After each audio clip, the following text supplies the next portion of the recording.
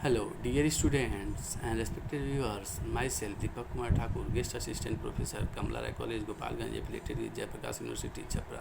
प्रिय विद्यार्थियों, आज हम लोग बीए पार्ट 1 हिस्ट्री सब्सिडरी के लिए पल्लव वंश से संबंधित जो चर्चा कर रहे हैं उसी को आगे बढ़ाएंगे।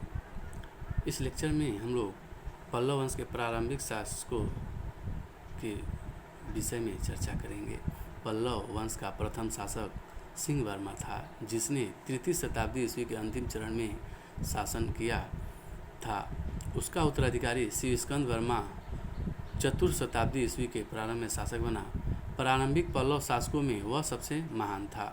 श्री स्कंद वर्मा के शासनकाल के 8वें वर्ष का लेख हिरणहट्टगली से मिला है। इससे पता चलता है कि उसने अनेक प्रदेशों की विजय की तथा धर्म महाराज की उपाधि धारण की। अपनी विजयों के उपलक्ष्य में उसने अश्वमेध, वाजपेयी आदि वैदिक यज्ञों का भी अनुष्ठान किया था। उसका राज कृष्णा नदी से दक्षिणी पेन्नार नदी तक फैला था और बेल्लारी पर भी उसका अधिकार था। श्री स्कंद वर्मा के पश्चात स्कंद वर्मा शासक बना। वह चतुर्थ शताब्दी के द्वितीय चरण में शासक बना था। उसका गुंटूर जिले में एक ताम्रलेख मिला है। इसमें युवराज बुद्ध वर्मा तथा उसके पुत्र संभवतः बुद्ध यांकुर का उल्लेख है। हमें यह ज्ञात नहीं है कि ये कभी शासक बन पाए थे अथवा नहीं। कांची के पल्लव वंश का चौथा शासक विष्णुगुप्त हुआ, जिसका उल्लेख गुप्त सम्राट समुद्रगुप्त की प्रयाग प्रशस्ति में मिलता है। वह चतुर्थ शती के तृतीय चरण अर्थात 375 ईस्वी में कांची का शासक था, जिसे समुद्रगुप्त ने पराजित किया। विष्णुगुप्त का पूर्ववर्ती शासकों से क्या संबंध था, यह निश्चित कर सकना कठिन है। उसके नाम का उल्लेख संस्कृत तथा प्राकृत दोनों भाषाओं में के अभिलेखों में हुआ है। उसके नाम का उल्लेख संस्कृत तथा प्राकृत दोनों भाषाओं के अभिलेख में हुआ है।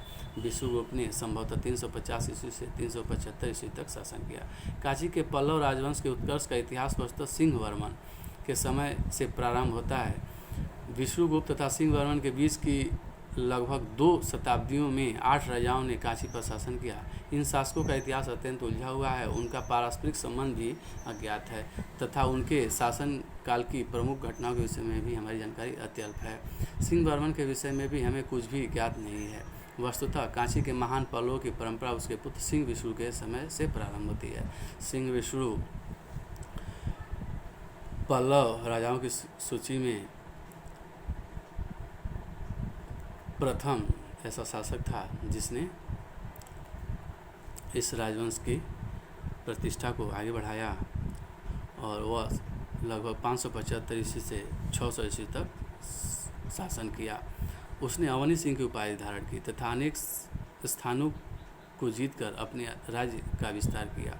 कसाकुडी दानपत्र से पता चलता है कि सिंह विष्णु ने कलव, चोल, पांड्य, सिंघल के राजाओं को पराजित किया।